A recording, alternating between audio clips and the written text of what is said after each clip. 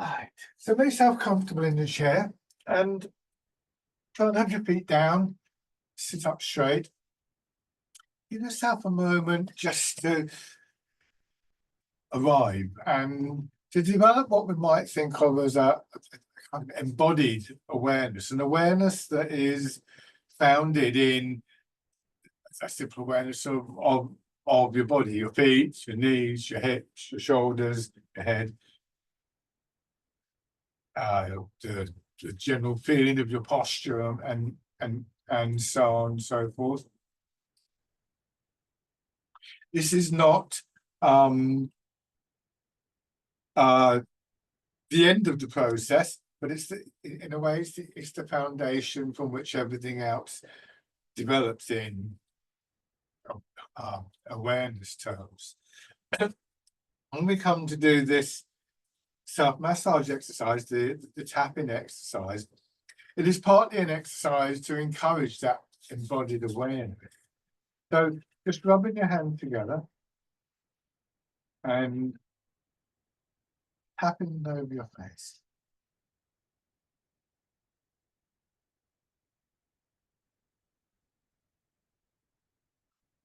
Over your head and neck.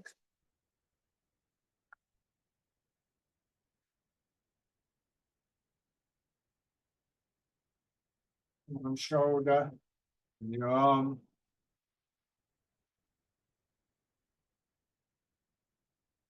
On the other side.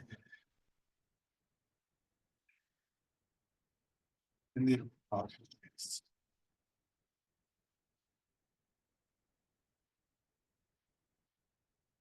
Down to your belly.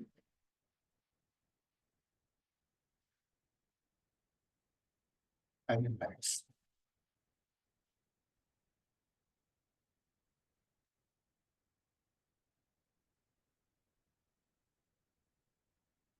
Coming back to the sitting, we have an intention to sustain this embodied awareness, and that's a very difficult process. We do lose that quality. Our thoughts distract us, outside events distract us.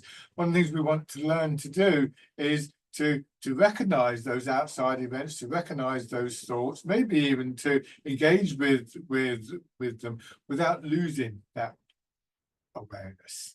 So we begin to recognize the qualities that we associate, particularly with that sense of, you just suddenly realize you've gone off into a daydream. As you come back, what is the response in your body?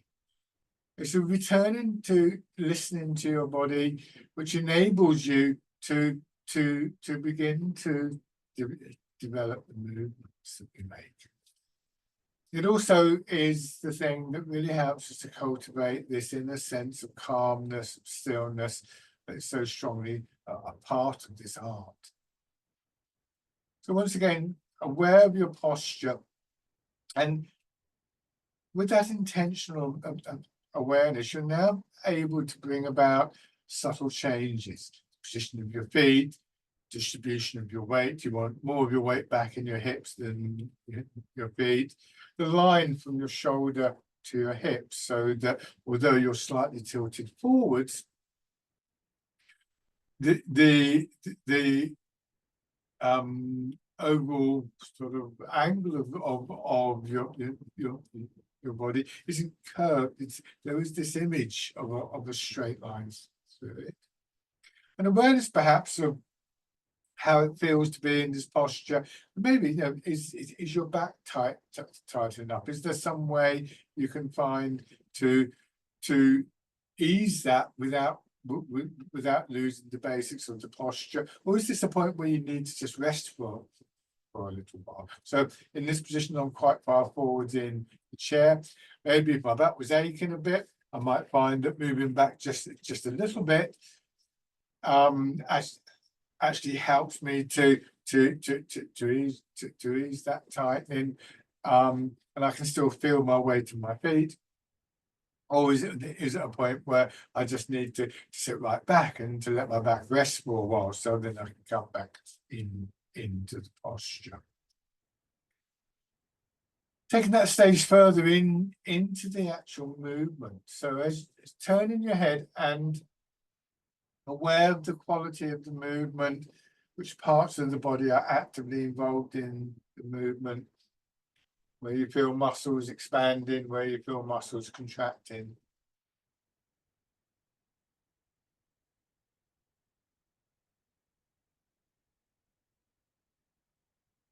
Were there any changes in the movement? Does it become a little bit easier? Does your neck start to loosen up?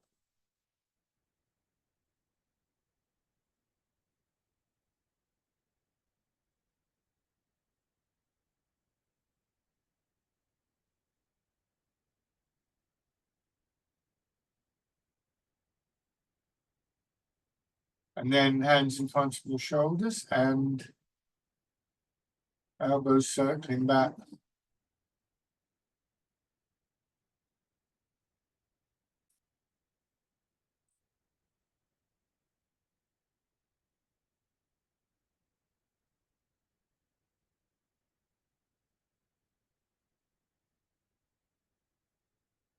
Going forwards. That intentional awareness will start to inform us of how we're making the movement, and can sometimes turn up elements that are quite surprised. Oh, that part of the body is involved somehow.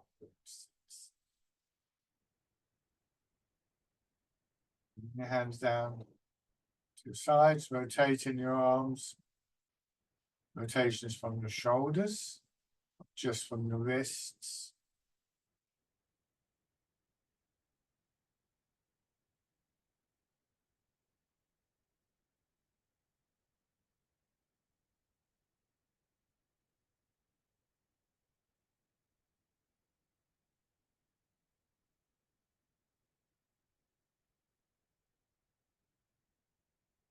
And then one.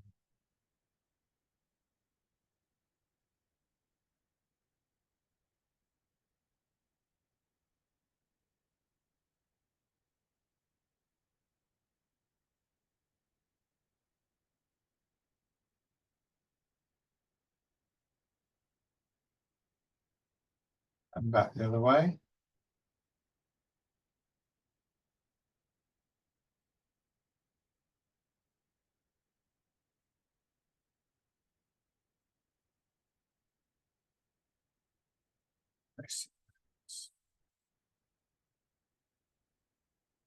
Looking forwards, your pelvis rocking forwards, the weight going into your feet, and then pushing back. And again, that awareness starts to bring to our attention changes. So as you go forwards and your weight goes into your legs, up and increase pressure, compression in your legs, that eventually leads to a push back. A similar kind of feeling in lower back and hips as you go back, compression, release, compression, release. So this helps us to begin to realize how a major part of the movement, the energy, is actually generated with the combination of the sinking of our hips into the chair, increasing that sense of compression. Similarly, the increase in compression in our legs, both of which will lead in their own time to the expansion that pushes us up, back. So this helps us to realize the significance of a posture that helps us to align with the pull of gravity, that allows gravity free passage through the body.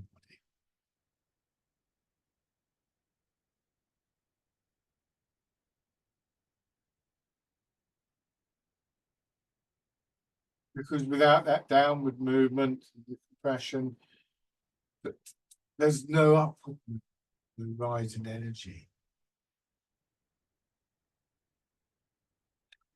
Turning slightly. So we begin to notice key reference points, things that remind us to come back to that embodied awareness to renew the intention to generate that uh, awareness. It might be that it's triggered by the sudden feeling that the movement doesn't feel right, doesn't flow. Or it might just be that we get into the habit, and this is a good habit to get into, I think, to every time our weight lands in one part of the body, to just use that as a reminder to restore that awareness. In the other direction,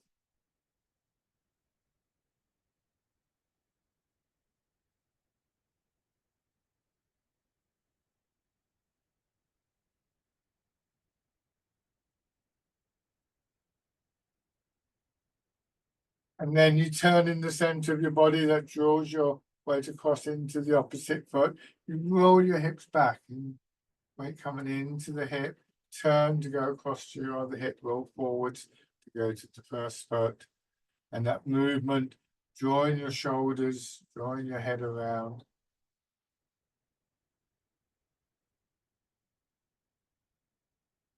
Not straining in your back or your sides.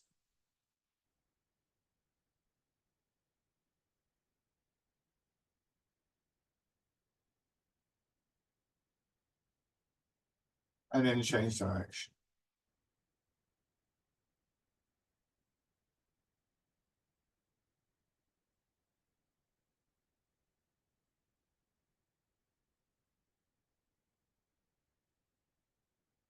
Coming back to the center. One foot up, step out, put your heel down, lower the ball of your foot, gently plant the foot, pressing softly into the ground. Again, measuring your step so that you retain that ability to apply the planting movement. Too long a step and you'll lose that. And then rolling the weight forwards. And back.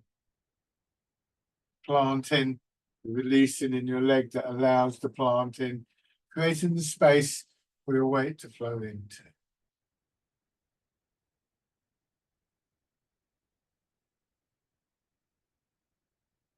On the other side, first of all, an empty step. So we want to increase the length of our step as much as we can. But if I'm right out there, I can't plant the foot.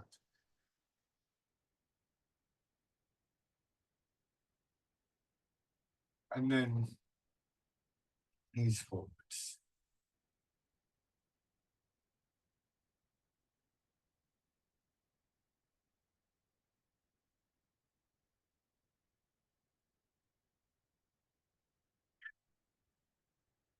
So that awareness, that embodied awareness, as I described it, really encompasses the whole body. There needs to be a bias towards the lower part of the body because we so often lose the awareness of what happens in the lower part of the body, particularly when we start to engage with the movements of bring our arms and our upper body into this. So it's almost like it's almost like a pyramid. You know, the broad base is the overall embodied awareness. The next sort of level up is that there's a kind of specific awareness, feet, legs, hips, weight, and so on and so forth, until finally we reach the top of the pyramid, which would represent the arms. So now letting your hands drop down, hands out to your sides, turning your hands palm forwards.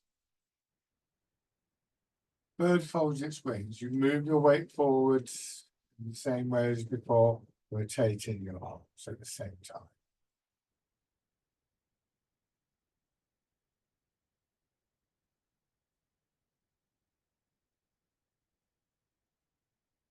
Your arms aren't moving forwards and backwards in relation to the shoulders. You see here my hand stays below my shoulders. I'm not actively moving it forwards and backwards this way. Feeling the transmission of the movement from that lower level of the pyramid your feet, through your legs to your hips, up into your back and down into your arms.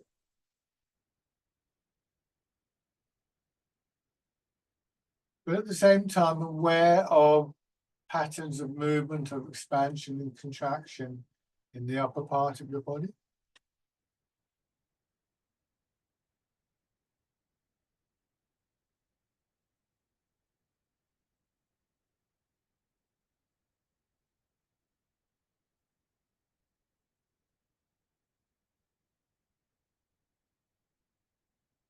Now, leaving your hands facing palm backwards. This time they do swing a little bit independently. Imagine you're doing this in water. So as you tilt forward, the pressure of the water holds your arms back. And as you settle into the front foot, this swings through. Same thing going back. I'm exaggerating a little bit while my movements in the upper body are quite big. I want you to see there's this sense, almost a pulling back. Let my elbow drop, and that allows my arm to come through. Pulling the arm forwards and releasing in the elbow. Fisherman castanet.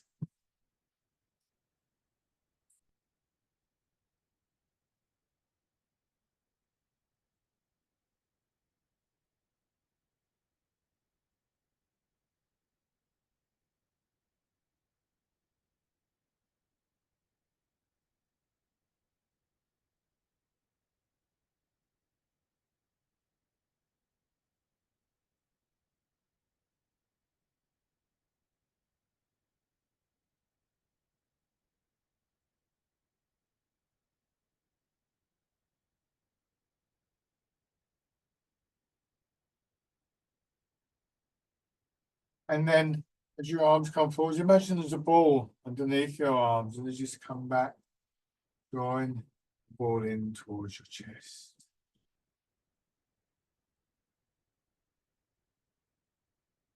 Slight pressure downwards through your arms and hands.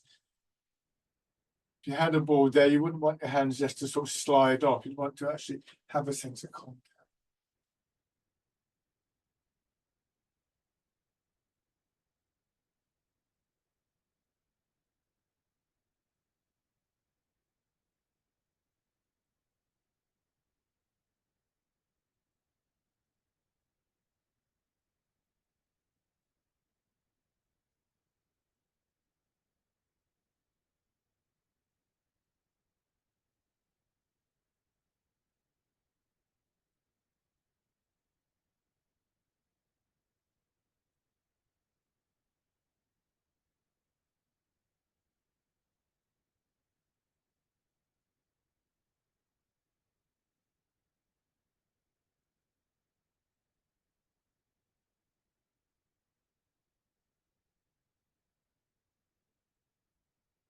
Pause again, but this time, as you come up, turning your hands palm in, drawing them apart, with the chest open, and then contracting your back.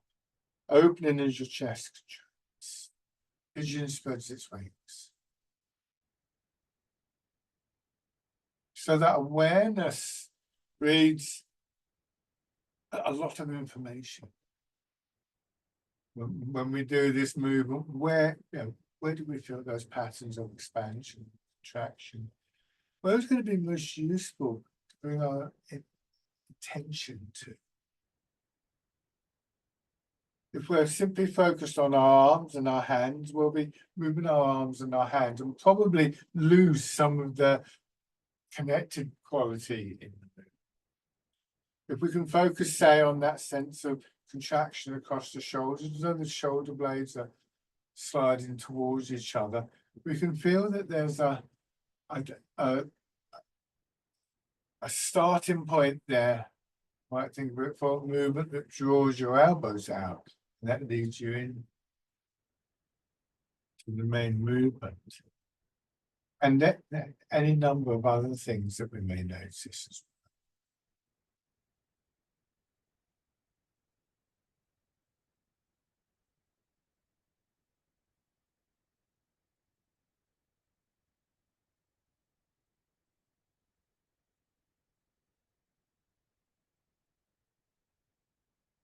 One more time. Pigeon spreads its wings. And then pushing wave.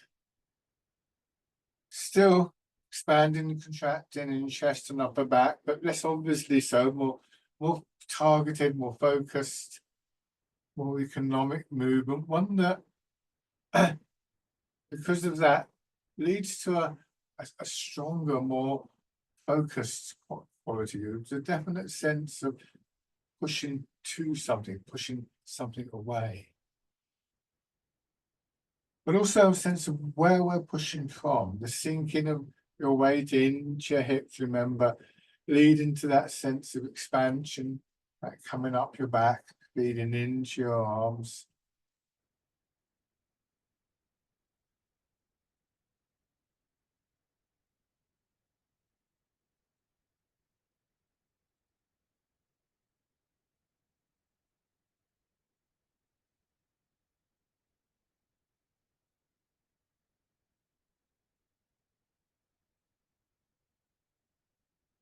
And this time, step out with one foot in the way that we did before, push in that direction.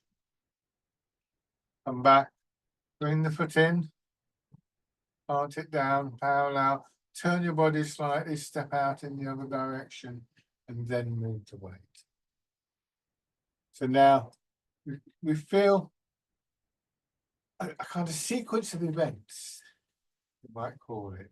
And in the Tai Chi writings, they succinctly describe these events as being rooted in the feet, transmitted through the legs as our weight moves, directed through the center of the body. As you come back, you can feel that slight turning in the end of the body, and then expressed through our upper body and arms. This is not saying that the arms, the upper body aren't important. It's just about where they come in the chain of events.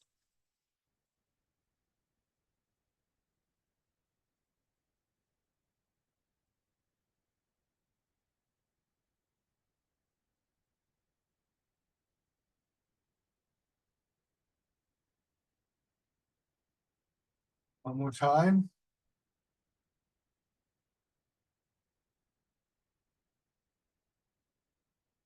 And then hands fisted, loosely fisted. This time going straight out. Elbows coming back towards your hips.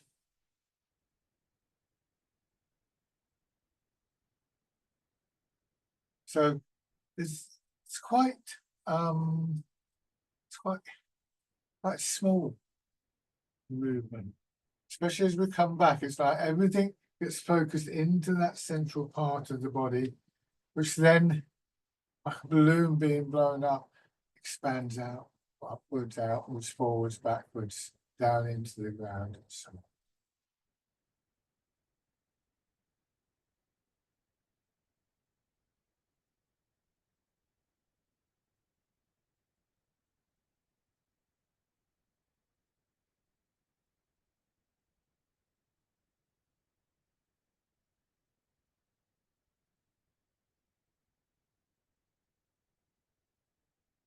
And pause once again.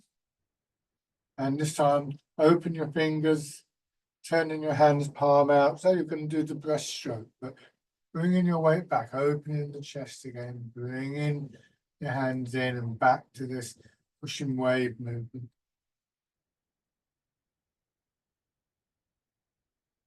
Still feeling weight moving here. Feel the expansion from your hips, pushing you forward, sinking into your feet. Feel the push up, the expansion from your legs, moving you backwards.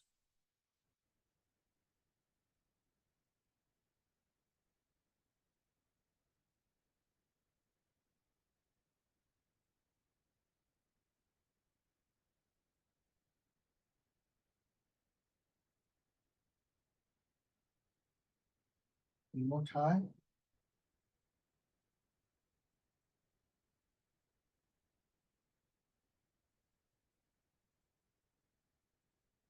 And your hands palm down, gentle pressure downwards, turning the center of your body, lengthening through backs and spine, through arms and fingers, turning in the other around, coming back to the center. Again, another direction, expanding through back and arms and contracting back.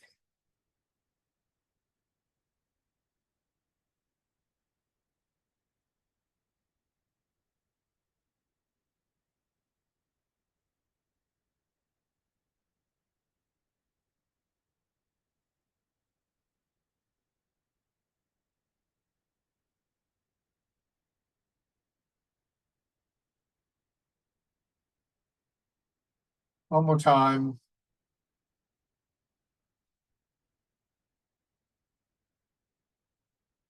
Letting yourself rest for a moment. As you do that, feeling the pull of gravity pulling down through your shoulders, through your rib cage, allowing that to happen. And just recognizing that your spine, your ribs continue to support the shape and posture of the upper part of your body. A couple of slow, gentle breaths. Trying to feel that, what I described as a sense of compression, all the way down into your hips and buttocks, down through your legs and into the soles of your feet.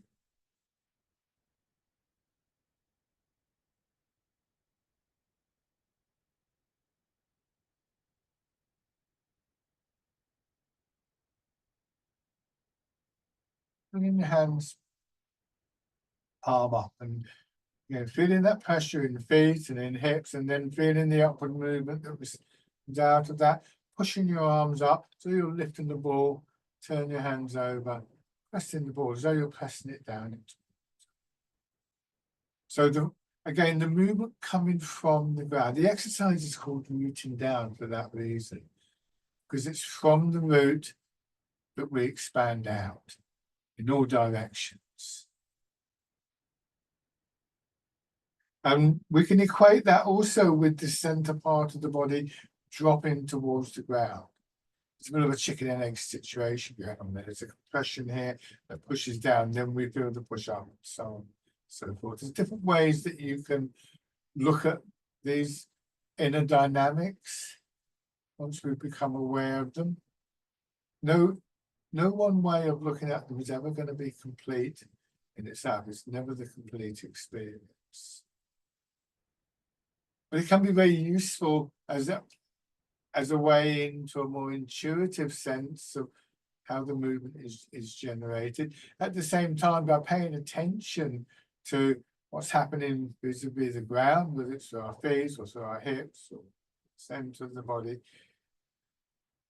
because it's the rooting down that really offers us the possibility of this posture that is much more stable, much less tight, more space for the movement, for the flow to take place.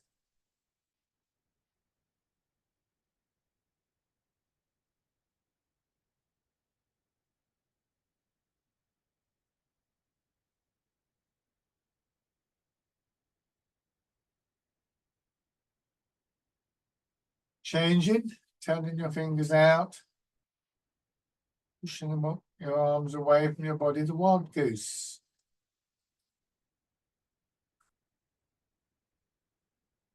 Another important element that we feed into that intentionality, that intention to remain aware, is through the use of imagery. Images can convey qualities, subtle changes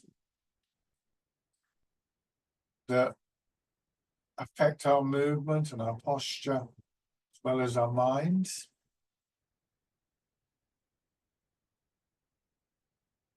So it might be that you find the image of the bird in flight, one that invokes a feeling of smoothness of movement, flow of that too can become an intention. I've already mentioned the image of moving through the water.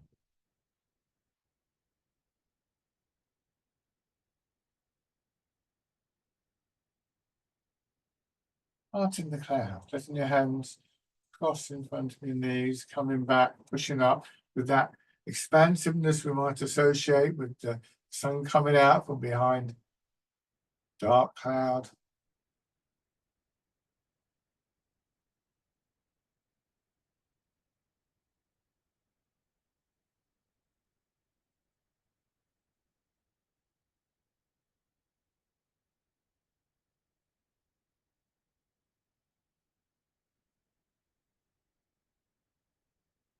Remember, as though you're moving through water.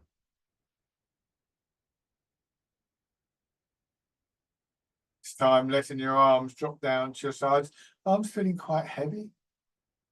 And then focusing on the expansion upwards through one side of your body, drawing your arm up. This is dragon plucks the stars from the sky. Easing the arm down. Bring your attention first to the middle of your body, then to the opposite arm, and then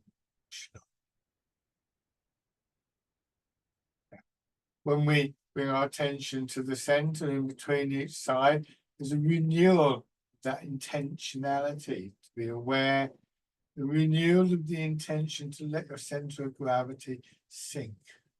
It only takes a moment. We're talking about a process that is really faster than thought.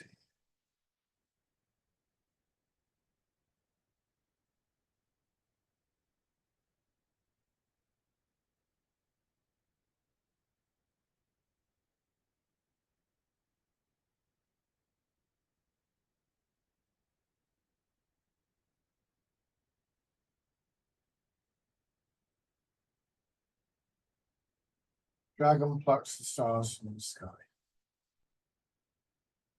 Now, bring both hands up, very deliberately bring the inside of your arm or hand to touch the side of the center of your body, and then expanding out from there. Movement, pushing your arms up, lengthening through your back and your spine, and down. Giving yourself time and space just to come back to this position, lightly touching the side of your own. And then pushing out, and then from that central part of your body, turning a little bit, noticing how that redirects arms and your hands. Coming back, your hands in a moment, just to settle, and then turning in the other direction. Coming back, moment, just to settle once again. And pushing out. Just pushing in four directions.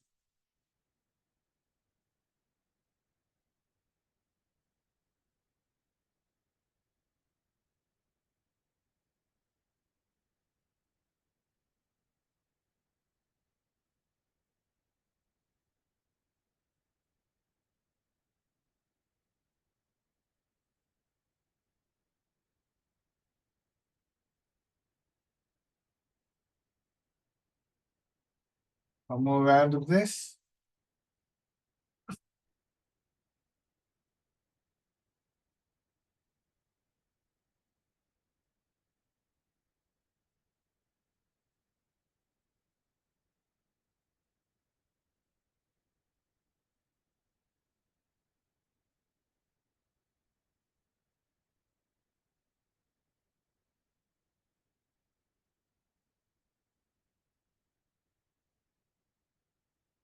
As you push your hands out this time, extend one foot, plant the heel into the floor, keeping your knee a little bit bent, tilting forwards, hand palms facing forwards, so you're scooping water up in your arms and throwing it back over your head. It's called scooping the sea and looking at the sky.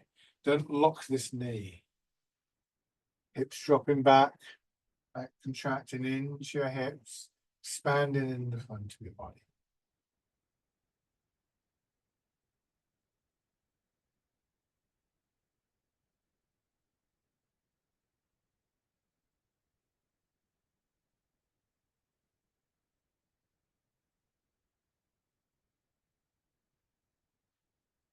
Your arms drop down, rolling your fingers again into a loose fist. This time the trajectory of the movement is more upward. lengthening again through the back and spine. Noticing how the chest expands a little bit here and then contracts, aiding in bringing your arms around. And what's actually, I think, quite a tricky move.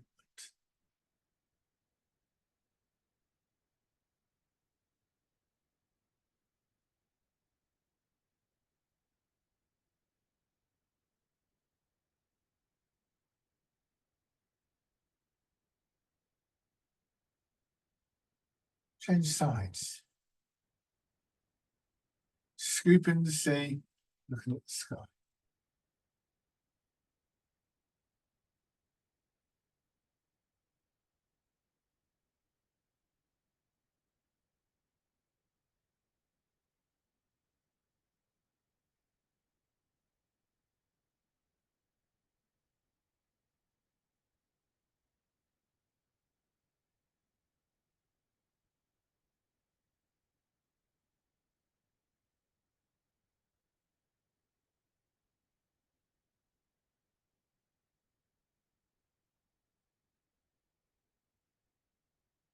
Change, grasping the tiger's ears.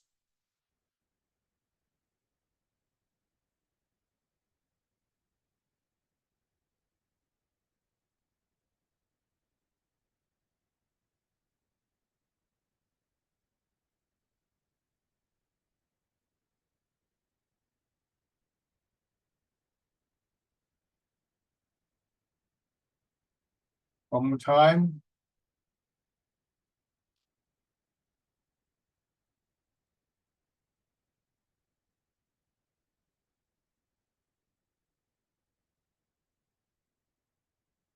Going back to this rocking movement, tilting your pelvis forwards, feeling your hips drop back, feeling the push up from the ground, combining to bring you to the upright stance, hopefully keeping that open quality, that spacious quality there, not tightening up.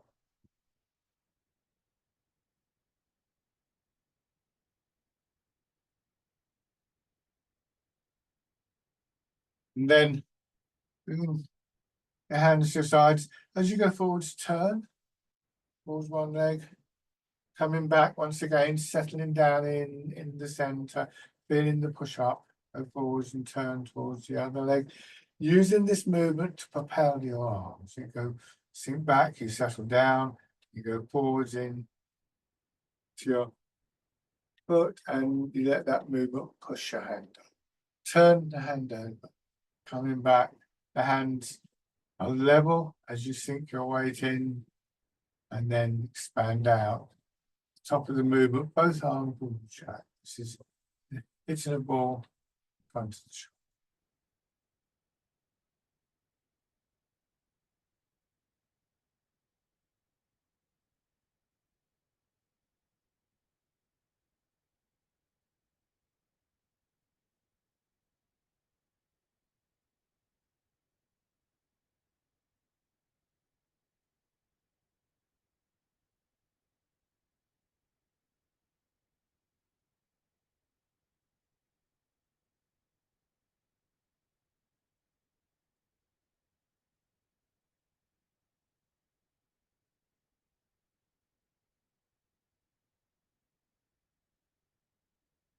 One more time.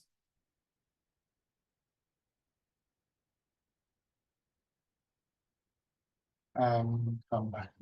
Just restoring in the space that this gives you, going back to everything like that. This quality of a deliberate and intentional embodied awareness.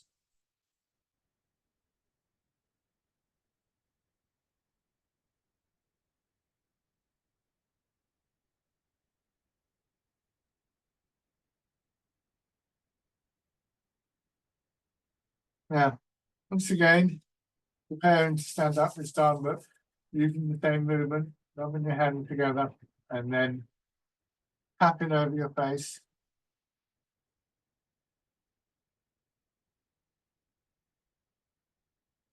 Over your head and neck. Down to one shoulder and your arm. And the other side. upper part of your chest, your belly, and your legs.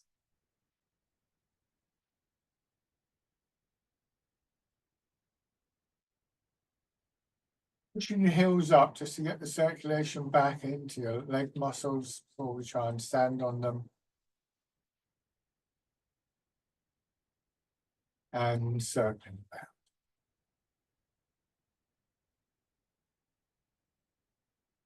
And back the other way.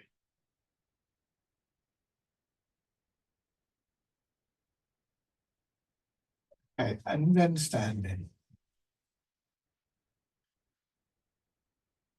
So once again, making an intentional effort to bring your awareness into your body via awareness of your posture. And of course, a little bit later, via the awareness of your movements, feet below your hips. Weight a little bit forwards in your feet, hips just dropping back. And if you're able to maintain what I described as that kind of pyramid awareness in the chair, retaining the significance of feet and hips, this will serve you very well now. It's, in many ways, it's much more obvious, of course, when we're standing. You let the hips drop back a little bit.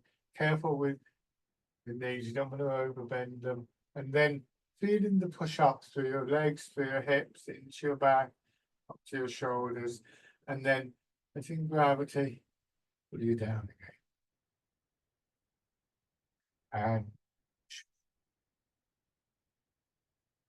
And this, the standing version of rooting down.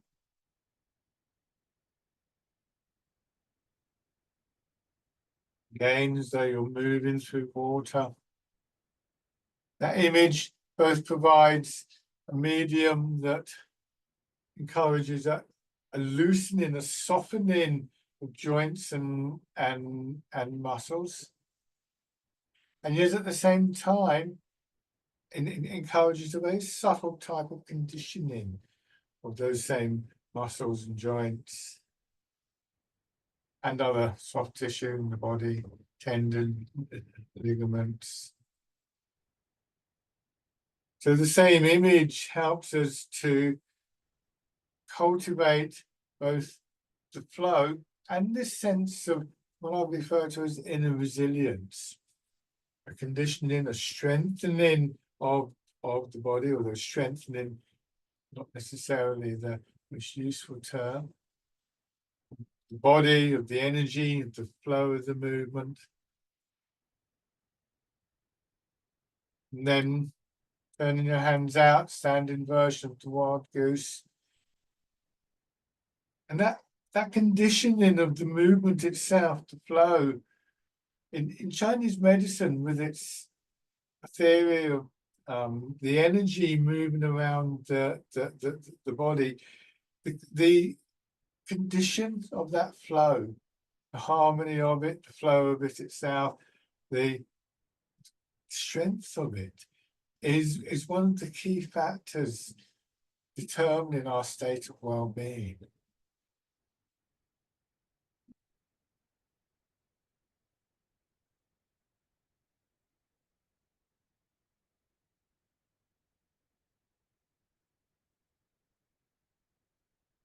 And then parting the clouds.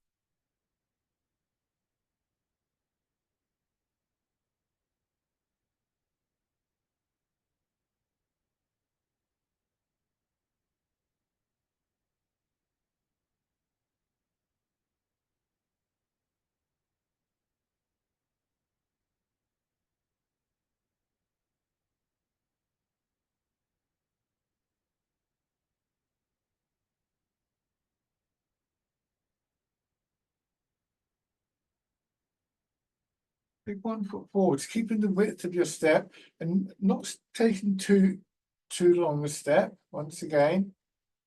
And going back to the transfer of your weight in the standing, it's very much to do with your awareness of your feet, that feeling your weight flowing down through your leg, and that compression of the leg that then expands, push you into the other leg.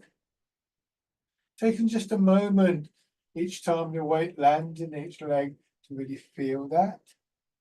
And again, in that moment, if not elsewhere, that could be a really important trigger point to return to that awareness of the body.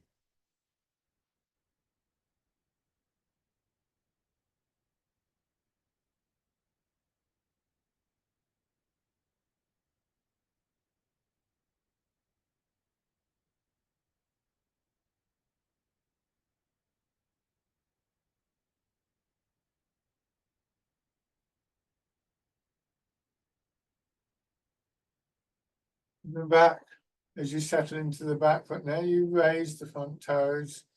You can have the front foot turned out slightly at this point, going forwards, pushing the back knee forwards. More of your weight beginning to settle. So we started off with an intention, if you like, and an intention and awareness of how we can find a sense of alignment, a sense of rooting down, and how we can move from that broad-based pyramid that I mentioned earlier. In particular, sort of feet, legs, hips, when we're in the chair.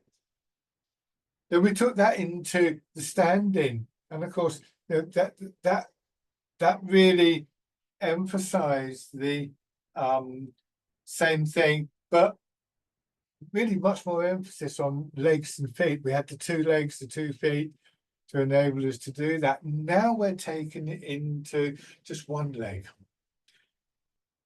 But the awareness is the same, the embodied awareness, the intention to maintain that, and from that, the awareness of posture and so on and so forth is the same through all those stages.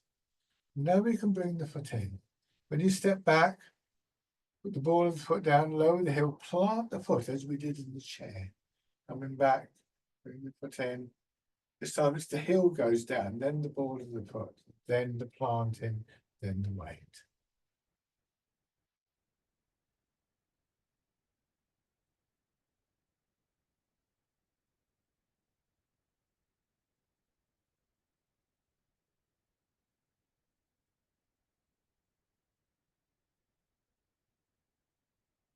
The other foot forwards. Same thing, first of all, fixed step without moving the feet. It would be lovely if we could maintain both that awareness and the physical qualities, the alignment and the root and so on, that come out of that awareness the whole time. But particularly when we're moving, we may find that that gets disrupted for one reason or another, maybe a habitual way of moving, just the sheer fact that maybe you don't get the move quite right or something, something like that. So an intention to restore awareness, to restore alignment, to restore root. When our weight lands in 1 leg, is a useful habit to develop. Beginning to raise toes and heel.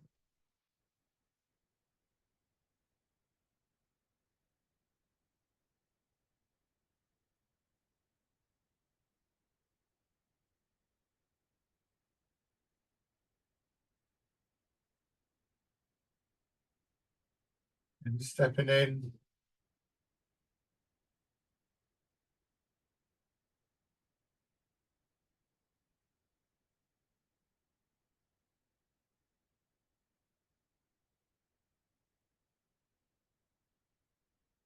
And then take a few steps through, either forwards or backwards, depending on where you have the room.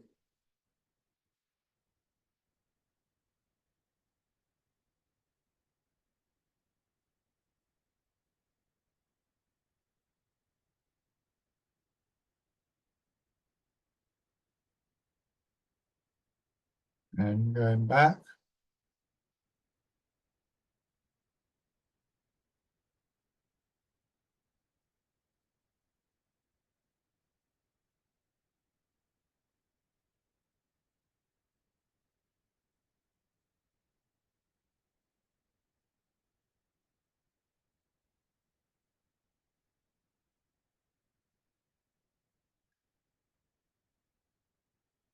Have your left foot forwards.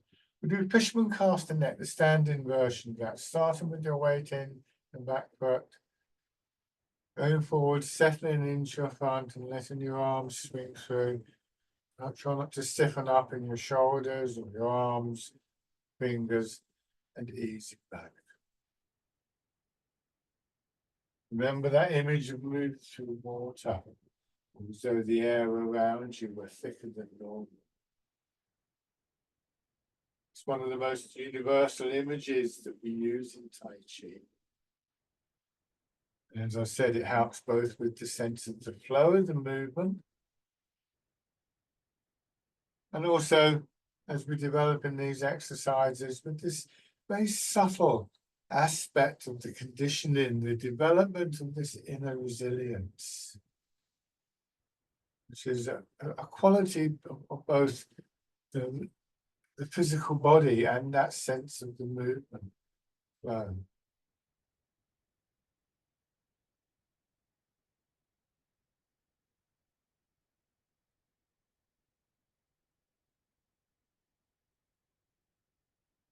Bringing your hands in, position in front of your hips, push and wave.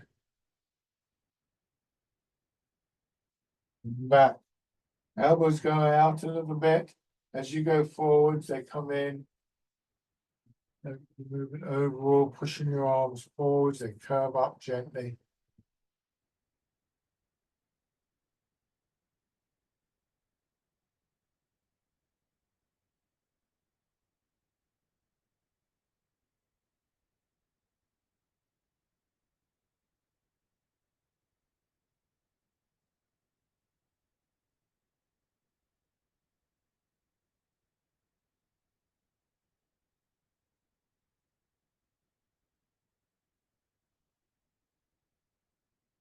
Arriving in your front foot, you turn a little bit to your left, separate your arms.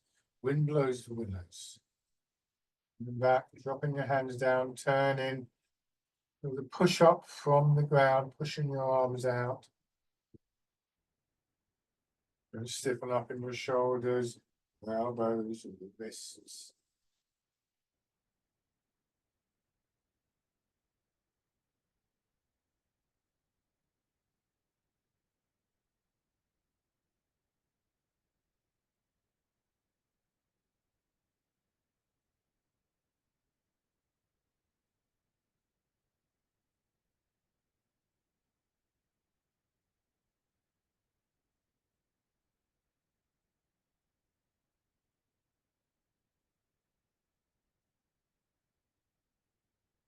Okay, and then shake out. Left foot forwards. Fisherman cast a net.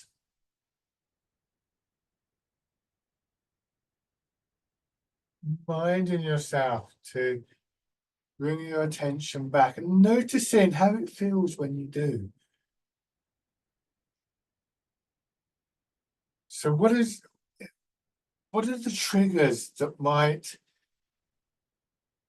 be there to remind you of this, to point out that somehow you've lost that attention? It's like, you know, we might notice we're hungry and we haven't had lunch. We might notice a change in the movement, or that old stiffness in the shoulder returning, or something like that, that actually is a call backwards, call back into the body.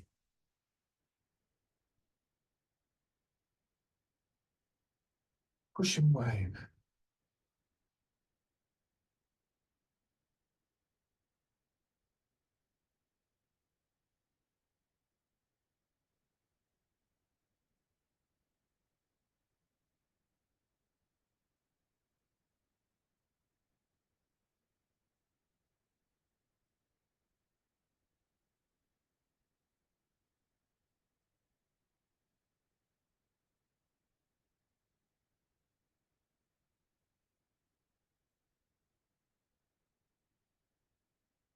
And then turning, wind blows the willows.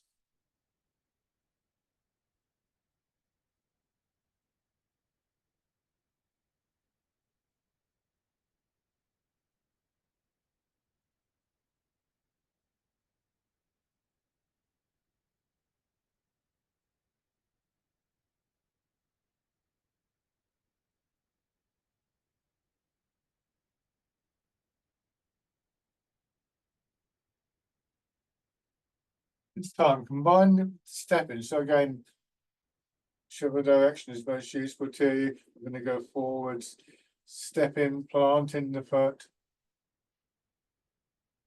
moving the weight, bring the foot in, and maybe finding that you've got sufficient root and alignment to be able to gently raise your leg. Don't worry if you haven't quite got that.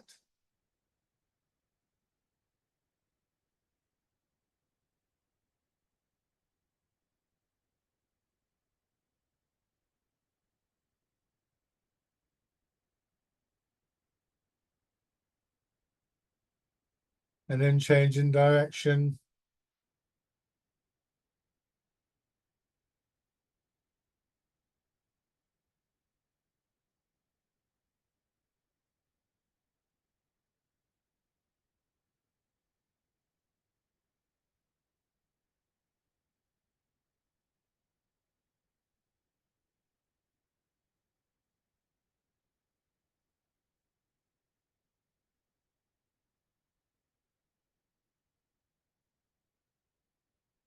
And bring your feet back.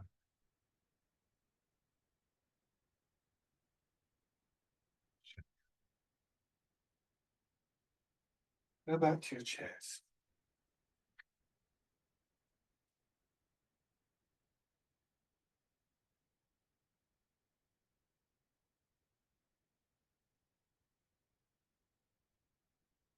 Once again, feet down, sitting up in your chair, and let your arms drop down to your sides. The final exercise kind of encompassing many of those aspects, many of those ideas and principles, starting with the feeling of expanding upwards and outwards,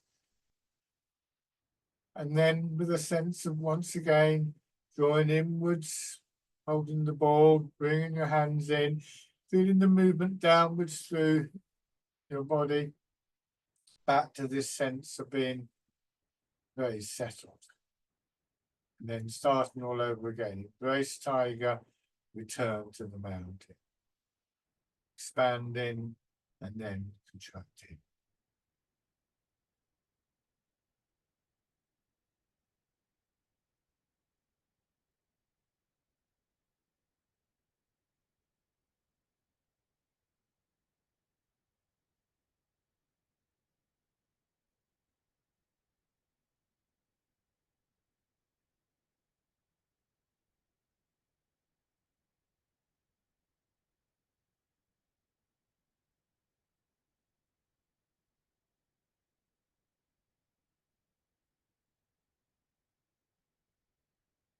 One more time.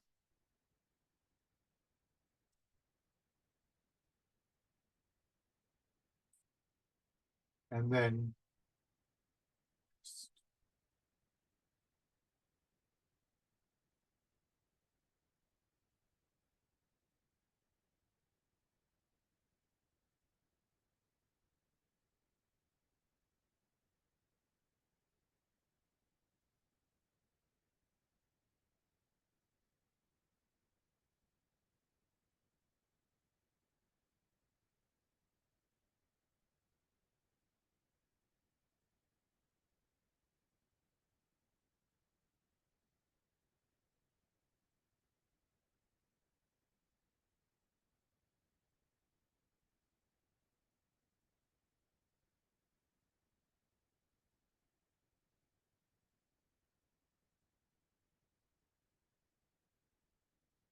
okay.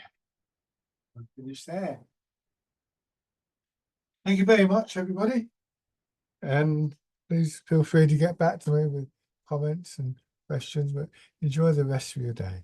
Bye for now.